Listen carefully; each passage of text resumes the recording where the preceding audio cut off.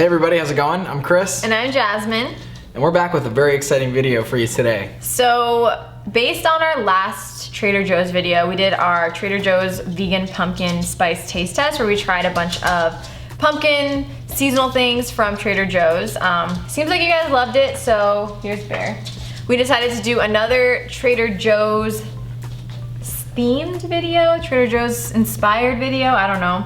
We're not doing a taste test this time, but we have 4 exciting recipes for you. So tell me a little bit about what we got going on. So we had the idea of doing recipes from Trader Joe's that are 5 ingredients or less. We did a lentil and bruschetta salad, and then we did a gnocchi with kale and a creamy butternut squash sauce.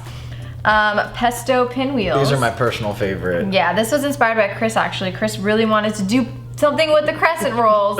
So we made it work and we did pesto crescent rolls with some roasted red pepper. Coincidentally, it's the best tasting one. It's so good, yeah. And then we also did some falafel wraps with pita bread. And let's see, this is 4 ingredients.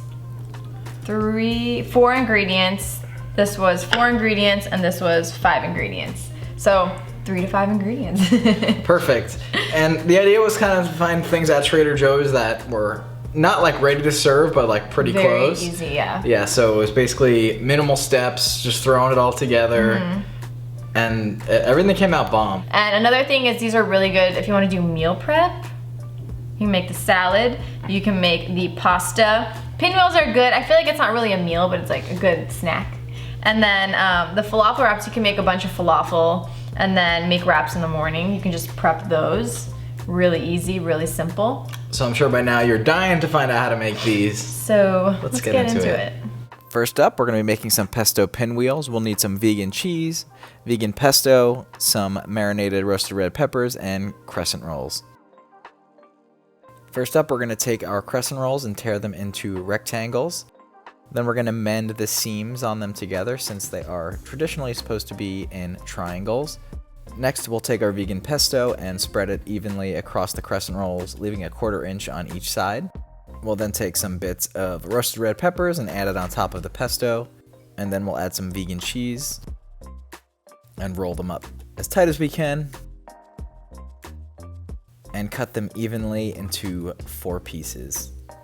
All that's left to do now is pop them on a lined baking tray and into the oven for 13 to 14 minutes or until they're nice and golden.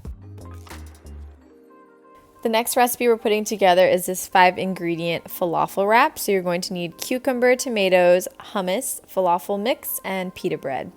We're going to start off by preparing the falafel mix.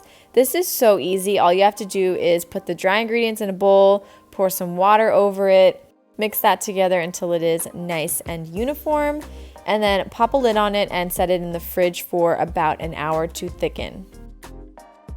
Once the falafel mix has set, we're going to take a tablespoon-sized cookie scooper and scoop out little balls. So I just scooped it out and then I formed a ball using my hands. And I did that with all of the dough. And then we placed that into an air fryer. You can also bake or deep fry this. The directions are on the box, but we decided to air fry it. We sprayed it with a little spray oil and then we popped it in the air fryer at 350 degrees for about 10 to 12 minutes until it was nice and crispy. Next, we're going to prepare our sauce. Super simple. Just pop some hummus into a bowl and add some water to thin it out. Mix that together until it is nice and smooth and then set that aside.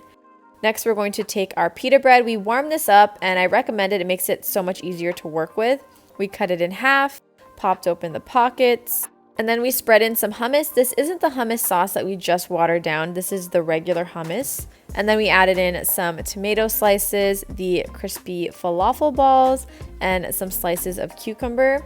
And lastly, we're just drizzling over that hummus sauce. And that is it. So freaking easy. And you've got yourself a delicious and fresh hummus pita wrap. Next, we're making a lentil bruschetta salad. This recipe is just about as simple as it gets. We're going to take a bowl of mixed greens, add in our bruschetta, and then our lentils. The bruschetta has some oil to act as a dressing, and the lentils are already seasoned. We'll just add a little bit of black pepper for flavor, but that's totally optional. Once it's mixed through, you're ready to enjoy. Last but not least, we're putting together some gnocchi with a creamy butternut squash sauce and some kale.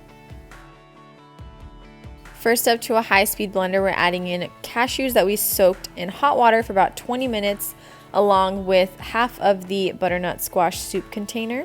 We're also adding in some fresh black pepper. This is optional, but recommended. We're just gonna blend that together until it is nice and smooth and set that aside. Next, we're going to prepare our gnocchi, and if you've never made gnocchi, it's so easy. You just bring a large pot of salted water to a boil, add the gnocchi in, and once it is floating to the top, which is about 2 to 3 minutes, you just strain it and you are done. So we're actually using this water to also cook our kale. We're just adding the kale to boiling water and letting it cook for a couple minutes until it is nice and bright green. So this step is optional, but I highly recommend it. We transfer our gnocchi to a pot with a little bit of olive oil, or you can use vegan butter, and we basically just toast it up until it is nice and golden and crispy on the outside. And then we add in our sauce. This adds a nice texture to the gnocchi, and I don't know, it's just a lot more palatable for me. So we're adding in our sauce, mixing it through over low heat just to heat it through. Adding in our cooked kale, mixing that through as well, and that's it, you're done. You've got yourself a creamy butternut squash gnocchi that is delicious. All right, here we go. Eat. So this is really cold now. So to be honest, this butternut squash soup isn't my favorite just because it's a little sweet. Did you just try to flick that out of my hand? No, it was an accident. But if you like sweet squash stuff, you'll definitely like it. I thought this was pretty good, and I'm not usually a huge butternut squash fan, so. I feel like it didn't really taste like butternut squash to me. Maybe that's why I liked it. But it's still really good. Very filling. And we really wanted to do their cauliflower gnocchi, but they were all out. Yeah, I don't know if it was just the Trader Joe's we go to, or all Trader Joe's are out of it, but It was nowhere. There's not even a label. yeah, we have their regular gnocchi. Gluten and potato. But they have a gluten-free cauliflower one that's pretty good. Yeah. Yeah, thanks for watching. All these recipes are super simple, extremely delicious. Sweet and simple. Absolutely. Hence the name. And yeah, if you make these at home, make sure you snap a picture, send it to us on Instagram. We love to see your recreations. Honestly, it makes my day. It makes me so happy to see. And thanks for watching. We really appreciate you guys being here. If you're new, we post videos every Wednesday and Friday. And please subscribe, hit the bell. We're happy to have you here. I think that's all we have to say for today. That's it. But thank you guys for watching, and we'll see you soon. Bye. Bye.